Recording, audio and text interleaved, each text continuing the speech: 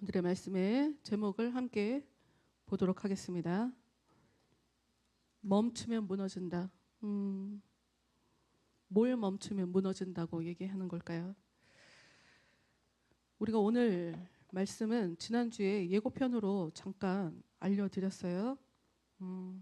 그러니까 우리가 계속 지금 요한복음을 보면서 하나님께서 우리에게 하나님의 말씀대로 살지 못하는 가지마다 아버지께서 잘라내시고 열매 맺는 가지가 더 많은 열매를 맺게 하려고 하나님께서 깨끗하게 하신다. 그것은 예수님 때에 새롭게 시작된 일이 아니고 이미 아브라함도 자신의 삶 가운데 그렇게 살았고 믿음을 가지고 사는 사람들이 자신의 삶 가운데 그런 하나님을 경험했다. 그러면 하나님께서 원하시는 바, 정말 우리에게 어떻게 살기를 원하시는가? 그것은 바로 우리가 예수님 안에서 사는 것을 하나님께서 원하신다. 진리의 성령 가운데서 사는 것을 원하신다. 그런데 여기서 멈추면 무너진다라고 하는 얘기는 무엇일까요? 그러면 좀 다르게 첫사람 아브라함에게 하나님께서 찾아오셔서 본토 친척 아버지 집을 떠나라 라고 얘기할 때는 계속 떠나라, 움직여라 라고 얘기하셨을 때 그 얘기와 맥이 다 있는 얘기예요. 아이러니하게 아브라함은 자기가 살려고 여러 군데를 떠났죠. 그때의 일이 벌어졌어요. 그런데 성경은 떠난 아브라함, 하나님의 약속하신 땅에서 떠난 아브라함을 멈춰 있다라는 말로 묘사하고 있어요. 멈춰 있다, 머물러 있다라는 말로 묘사하고 있어요. 참 희한하죠. 반대말로 얘기하고 있어요. 그 사람은 하나님 앞에 처음부터 움직여라 라고 부르심을 받은 사람인데, 움직여라 라고 하는 사람인데, 그러니까 그 맥락으로만 보면 머물러 있다 라고 했을 때는 그 사람이 움직이라는 하나님의 이야기, 명령을 들은 사람이 멈춰 있다 라고 하는 이야기가 나올 때 문제가 생긴 건 너무 당연하겠죠? 네. 멈춰 있다.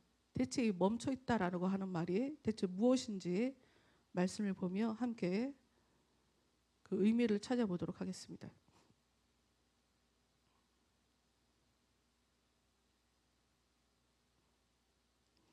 창세기 11장으로 한번 가볼게요. 창세기 11장.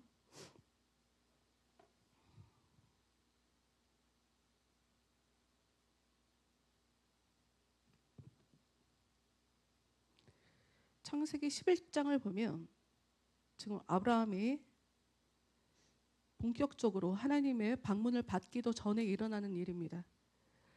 창세기 11장을 처음을 보면 바벨탑 사건이 나와요. 바벨탑 사건을 한번 보도록 할게요. 바벨탑 사건을 보면 처음에 1절을 볼 때 온 땅의 언어가 하나요, 말이 하나였더라. 이들은 하나였어요. 온 땅의 언어가 하나요, 말이 하나였더라. 그런데 5절 말씀을 봅시다.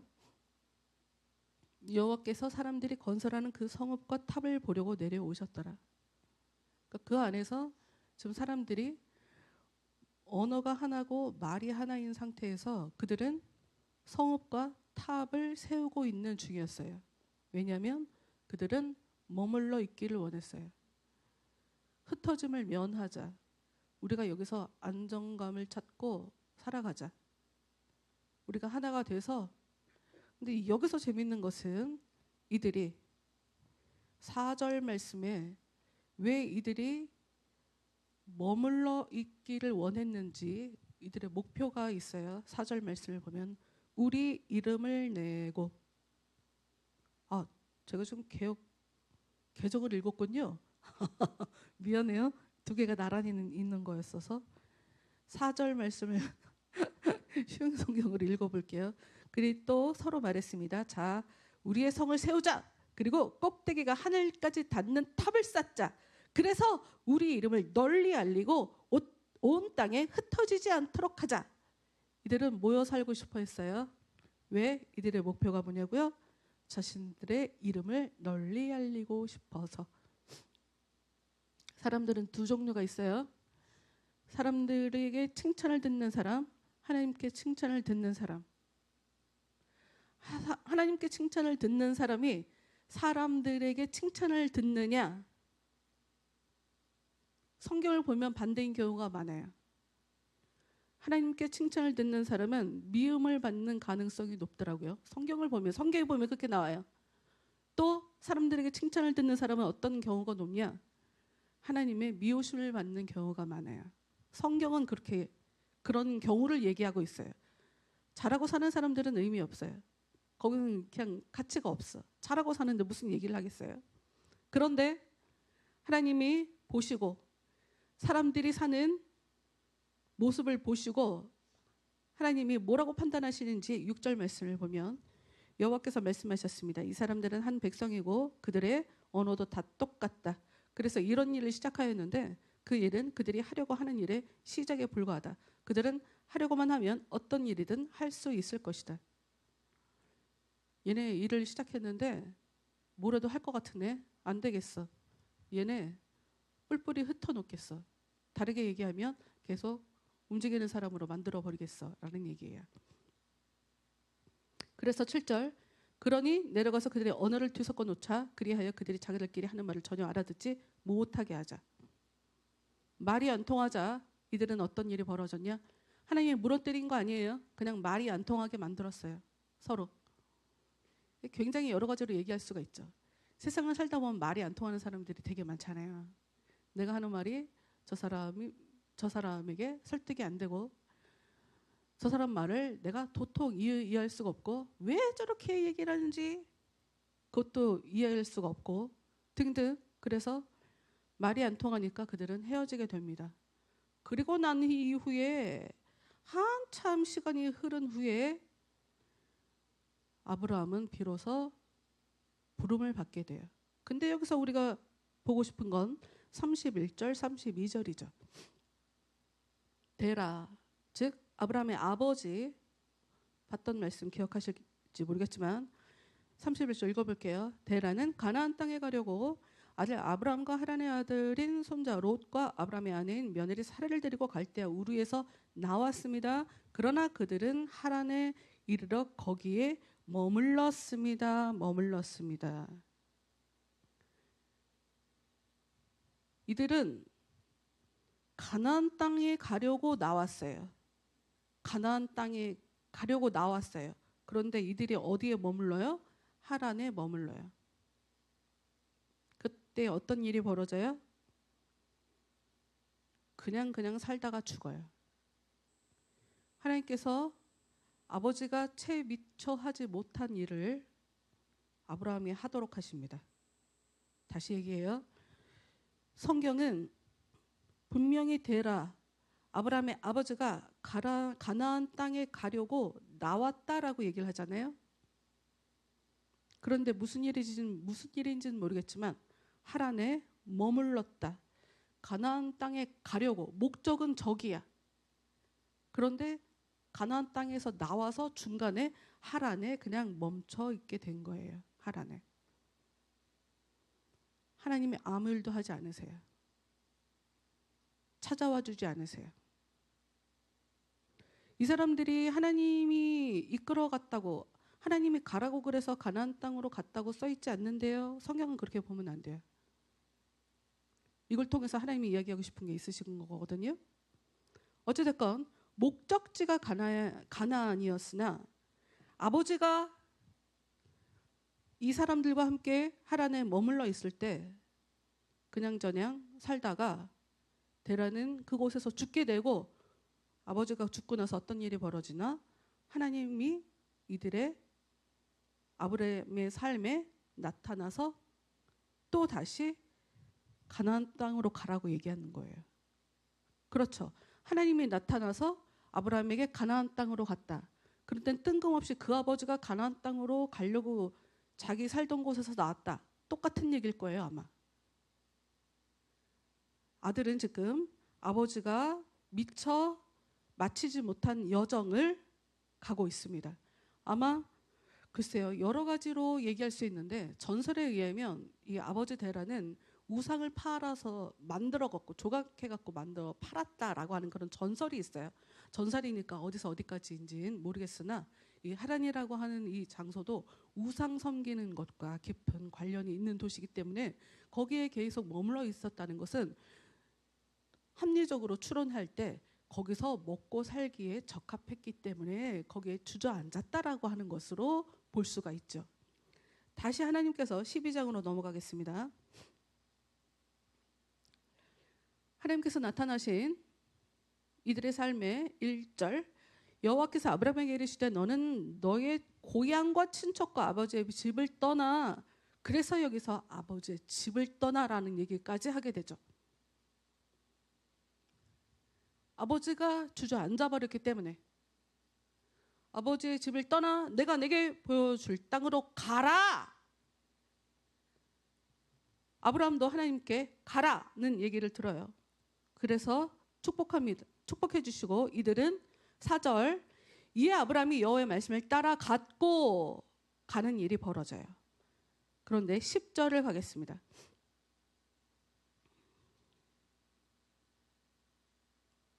제가 자꾸 개역개정으로 읽네. 잠깐만요. 개역개정을 지우고 쉬운 성경으로만 볼게요.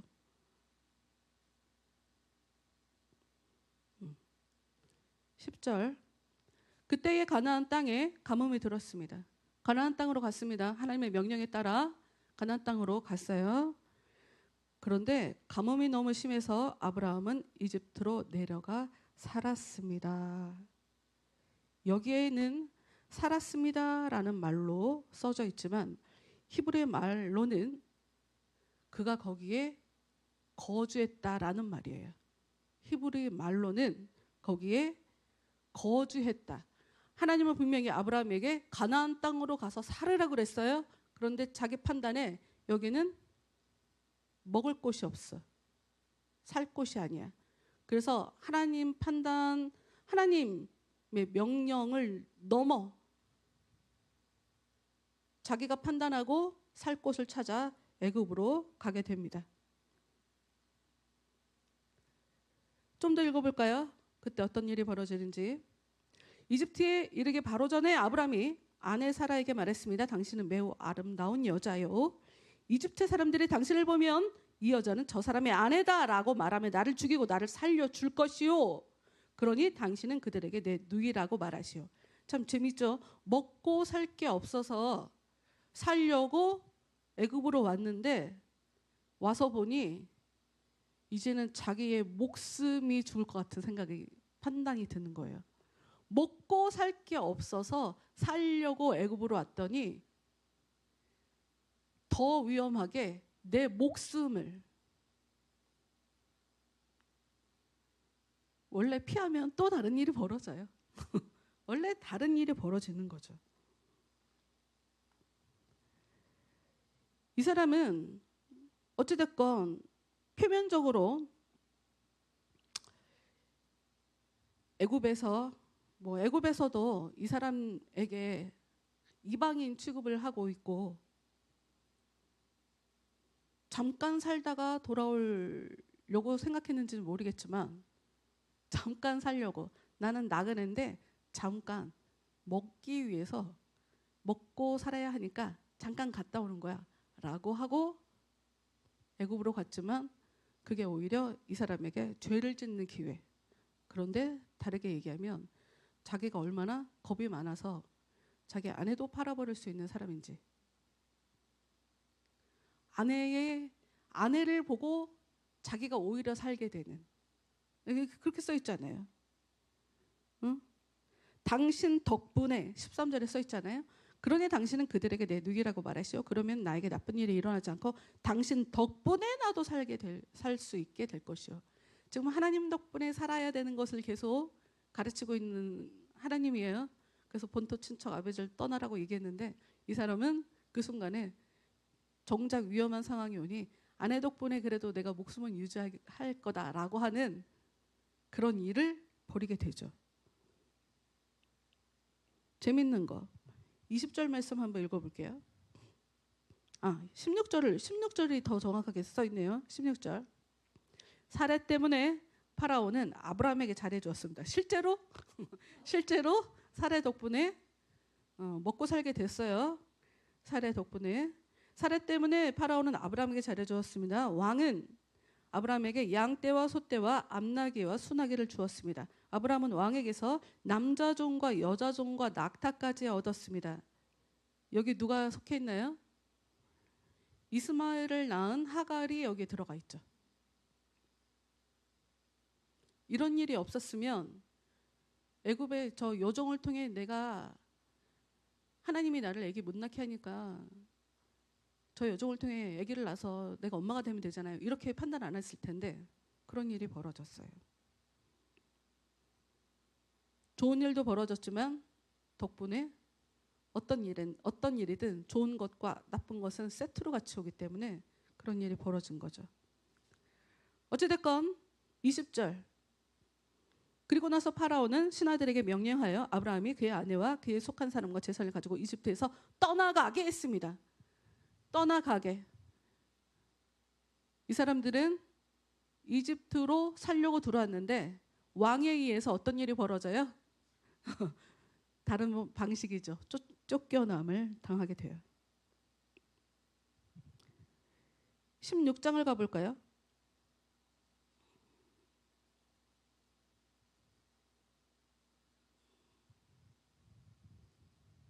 가나안에서 10년을 거했으나 자녀가 없었던 아브라함. 이 사람들이 이제 아기를 갖게 되죠. 3절. 그때에 아브라함이 가나안에서 산 지 10년이 지난 해였습니다.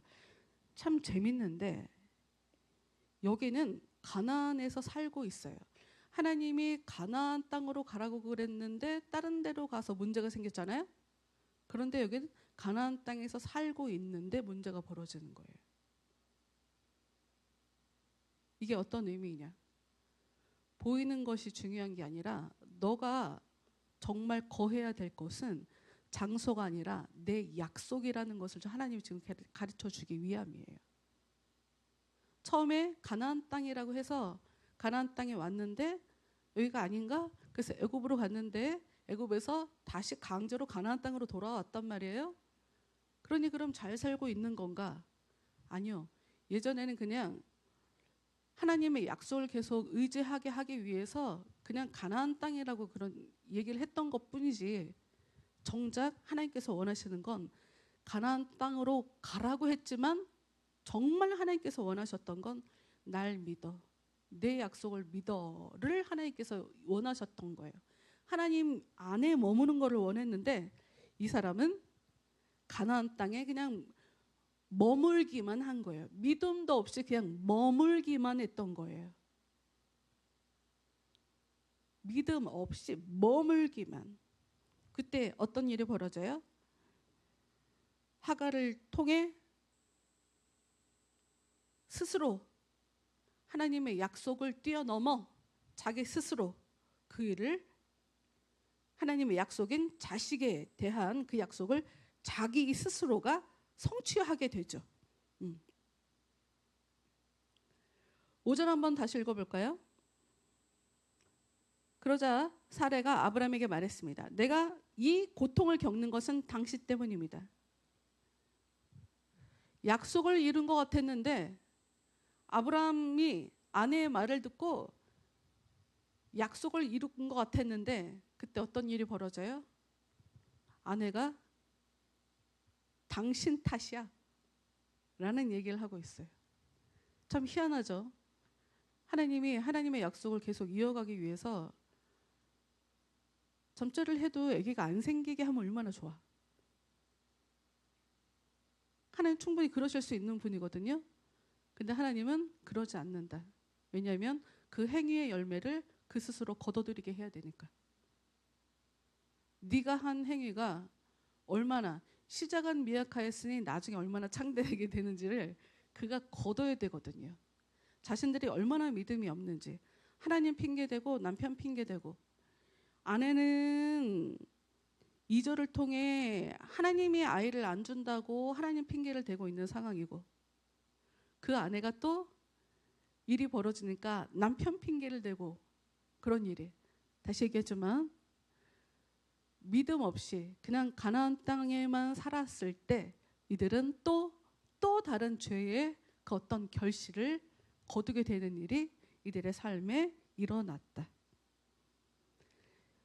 20장으로 한번 가볼게요. 우리가 여러 번 봤던 것처럼 다시 한번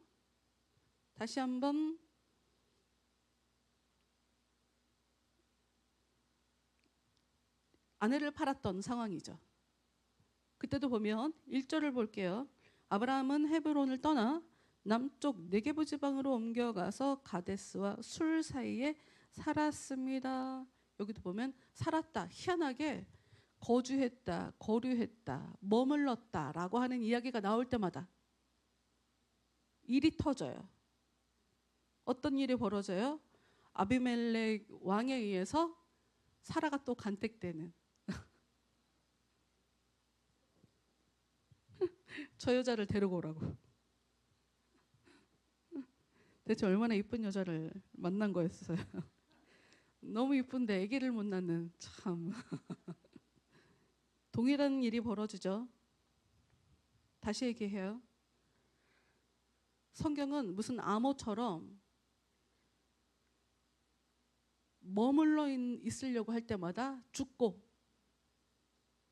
실수하고 죄짓고 아픈 일이 벌어지는, 사기치고 남에게 못되게 하는 그런 일이 벌어진다. 참 재밌는 얘기예요. 그런데 여기서 좀 대조적으로 우리가 좀 봅시다. 다시 한번 12장으로 한번 넘어가 볼게요. 12장 7절. 7절 8절. 여호와께서 아브라함에게 나타나 말씀하셨습니다. 내가 이 땅을 네 자손에게 줄 것이다. 아브라함은 그곳에서 자기에게 나타나신 하나님 여호와께 제단을 쌓았습니다. 그리고 나서 아브라함은 세겜에서 베델 동쪽 산으로 옮겨갔습니다. 여기 아까 머물러 있다라는 말과 반대로 옮겨가다라는 말이 나오죠. 아브라함은 그곳에 장막을 세웠습니다. 서쪽은 베델이었고 동쪽은 아이였습니다. 아브라함은 그곳에서도 여호와께 제단을 쌓고 예배를 드렸습니다. 여긴 보면 어떤 일이 벌어지냐? 제단을 쌓을 때는 하나님을 만나요. 제단을 쌓는 그 장소들에서는 위기가 없어요. 위기가 나타나지 않아요. 한 번 더 읽어볼까요? 13장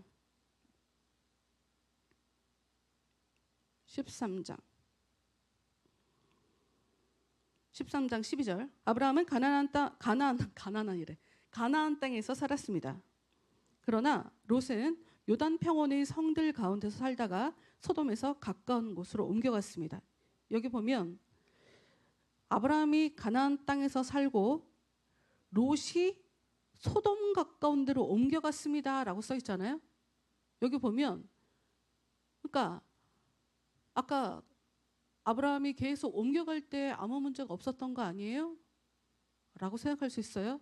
근데 여기는 반대로 롯은 옮겨가 갖고 지금 문제가 터지는 사람이에요. 하나님 약속 바깥에서. 18절 한번 읽어볼게요. 그리하여 아브라함은 자기 장막을 옮겼습니다. 근데 참 희한하죠. 제단을 쌓는 장면 앞뒤로도 옮긴다는 얘기 나와요. 우리가 아까 12장에서도 그걸 봤고 여기서도 보면 18절 그리하여 아브라함은 자기 장막을 옮겼습니다. 아브라함은 헤브론에 있는 마므레의 큰 나무들 가까이에서 살았습니다. 그는 그곳에 여호와를 위한 제단을 쌓았습니다. 이 사람도 보면 제단을 쌓기 위해서 계속 옮겨가고 있어요. 제단을 쌓기 위해서 계속 옮겨가고 있다고요. 계속 움직이고 있어요. 오늘의 말씀이 제목이 뭐다? 멈추면 무너진다. 그럼 대체 멈춘다는 게 무슨 얘기인가를 우리가 다시 보기 위해서 16장 8절로 돌아가 볼게요. 요한복음 16장. 오늘 읽어봤던 요한복음 16장.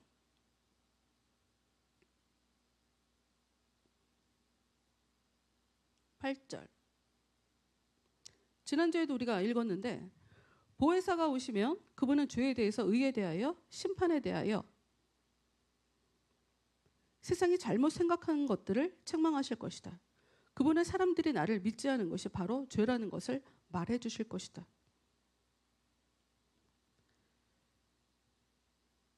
무슨 얘기를 하고 싶으냐면 일단 성령의 역사가 무엇입니까? 드러내신다. 드러내주신다. 따르게 얘기해 볼게요. 성령이 오시면 우리가 아까 창세기에서는 사람들이 계속 움직여가는 것에 대해서 얘기했죠. 여기는 지금 반대로 성령께서 지금 움직이시는 것을 지금 얘기하고 있어요. 성령이 오시면, 우리에게 오시면 아브라함도 하나님의 약속을 이루기 위해서 계속 움직여가야 됐어요. 예배를 드리기 위해서 움직여야 됐어요. 집을 움직여야 됐어요. 그런 것처럼 성령님도 우리에게 찾아오시는 분이에요. 그런데 성경은 뭐라고 얘기하냐면 우리가 성령께 나아가는 것과 성령이 우리에게 찾아오시는 것을 같은 이야기로 얘기해요. 우리가 예수님을 만나야 라는 말로도 표현할 수 있어요. 이 말은. 우리가 성령을 만나야, 우리가 성령을 만나기 위해서 계속 기도를 함으로 우리 가운데 성령님께서 찾아오시면 어떤 일이 벌어진다? 내가 하나님을 믿지 않는 죄인이라는 것을 깨닫게 된다. 들춰내신다. 지금 이 얘기는 무슨 얘기를 하고 있냐면 예수님은 우리를 13절 말씀, 지금 13절 말씀을 얘기하고 싶은 거예요. 그러나 진리의 성령이 오시면 그분이 너희를 모든 진리 가운데로 인도하실 것이다. 정답부터 얘기할게요. 아브라함의 삶 가운데 아브라함은 하나님께 계속 움직여라 가라 한 얘기를 들었어요. 그런데 그 사람이 멈출 때마다 문제가 생겼던 거죠. 그래서 다른 데로 가는 게 아니라 그럼 그 가나안 땅에 그럼 하나님께서 가나안 땅으로 가라고 그랬으니까 가나안 땅에 그냥 머물러 있으면 여기가 약속의 장소니까 그러면 여기에서 아무 일도 안 터지는 여기에서 있으면 하나님의 도우심을 받는 건가? 이게 바로 하나님의 약속을 이뤄가는 건가라고 생각했을지 몰라요. 그러나 이 또한 올바른 게 아니었다. 왜냐하면 아까 우리가 아브라함한테서 어떤 모습을 봤냐면 하나님을 만나기 위해서 계속 움직여가는 모습을 봤거든요. 우리가 진리의 성령은 우리에게 찾아오셔서 우리를 진리 가운데로 인도해 가신대요. 우리는 모두 다 오늘 이제 우리가 연습하면서도 정연이에게 뭐 멋있어 보인다, 막 이렇게 칭찬을 하며 여자친구가 없냐라는 얘기를 했을 때 제가 정연이 마음에는 항상 여자가 있지라고 웃으면서 얘기를 했는데 아니 결혼하지 않은 미혼인 남자 청년 마음에 여자가 없으면 되겠습니까? 근데 여자를 만나려고 하는 의미가 뭐예요? 여자랑 좀 삶의 안정감을 이루고 싶은 거 아니에요? 남녀가 결혼을 해서 아기를 못 낳아요. 아기를 낳는 이유가 뭐예요? 아이를 낳아서 삶을 좀 더 재밌게 살려고 하는 거 아니에요? 행복하게 살려고? 그리고 현대 사회에서는 약간 그런 의미가 없지만 아이는 노후의 보장이야. 아 여러분 맞아요. 그 틀린 말이 아니지. 그거를 부모가 자식을 이용해 먹는다고 생각하면 안 돼요. 원래 그렇게 서로 먹고 먹히면서 인간은 그렇게 살아오는 거니까 원래 태어날 때 모습과 늙어 죽기 바로 직전의 모습은 비슷합니다. 아기로 돌아가요. 이렇게 우리는 그러는 거니까. 그런데 자칫 하나님 바깥에서 행복을 누리고자 하는 사람들이 바벨탑 사건을 볼 때 어떤 일이 벌어졌어요? 강제로 걔네들도 흩어지게 만들어 버리죠. 움직이게. 그런데 하나님의 약속은 진리 가운데로 인도해 가시면서 진짜 하나님께서 주시려고 하는 그 약속 가운데, 약속의 땅으로 우리를 인도해 가시는 거예요. 그러니까 마음이 가난한 자가 천국을 얻는다, 애통하는 자가 땅을 얻는다라고 할 땐 그 얘기를 가지고 사람들이 하나님 앞에 우리가 신앙생활을 잘하면 뭐 부동산을 준다 이러고 우스갯소리를 한단 말이죠. 마태복음 말씀을 가지고. 근데 우리가 땅을 가졌다고 해서, 부동산을 가졌다고 해서 그게 우리한테 위로를 줄 수 있어요. 잠깐은 위로를 줄 수 있어요.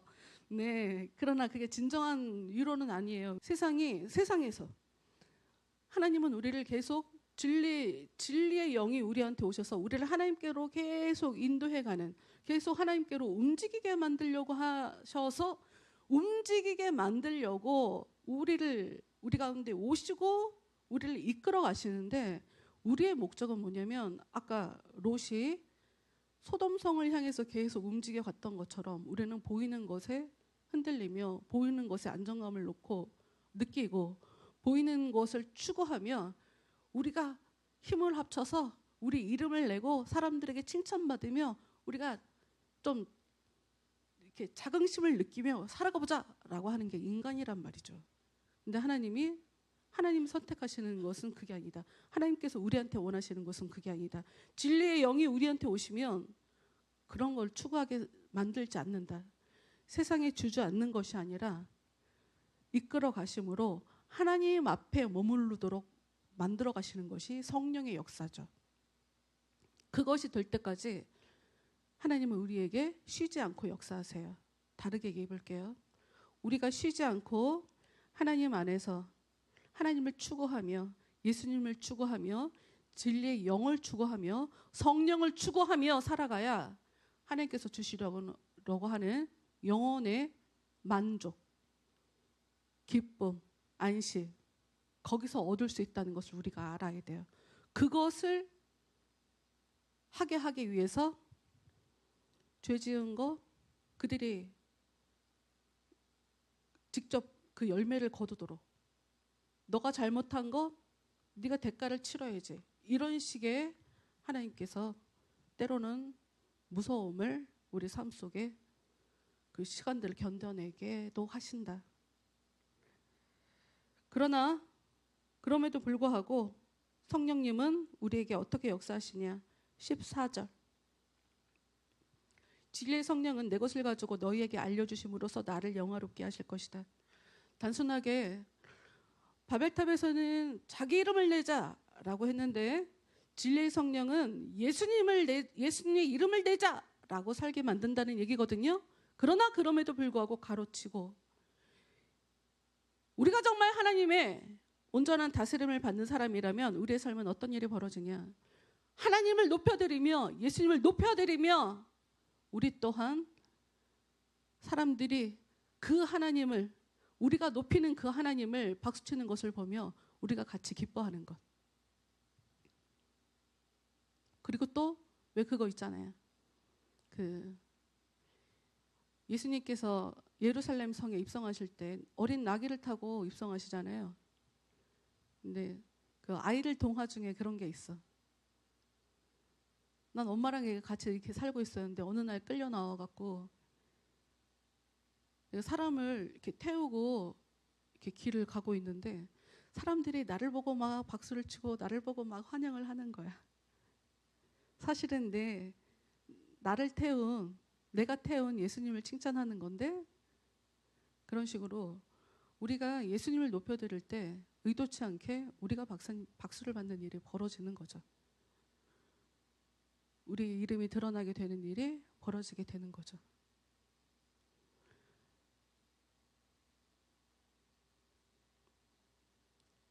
네. 예수님은 우리의 삶에 찾아오셔서 우리가 예수님을 높여드리는 그런 삶을 살기를 원해요. 그런데 그 가운데서 어떤 일이 벌어지냐면, 인간은 누구나 다 보이는 것에 흔들리고, 보이는 것을 추구하며, 보이는 것에 안정감을 느끼고, 보이는 것이 답답하면 마음도 답답하고 영혼도 답답해지는 그런 일이 벌어지지만, 하나님은 큰 그림을 그리시면서 우리로 하여금 이 시간도 쉬지 않고 우리를 계속 인도해 가고 있는 그런 과정이다. 여러분이 여러분 스스로가 과연 나는 어디에 정착하고 싶은 마음이 있는가? 나는 정착을 이뤘어 라고 생각할 수도 있어요. 나는 이 정도면 괜찮아. 이 정도면 됐지 라고 여러분이 생각할 수도 있어요.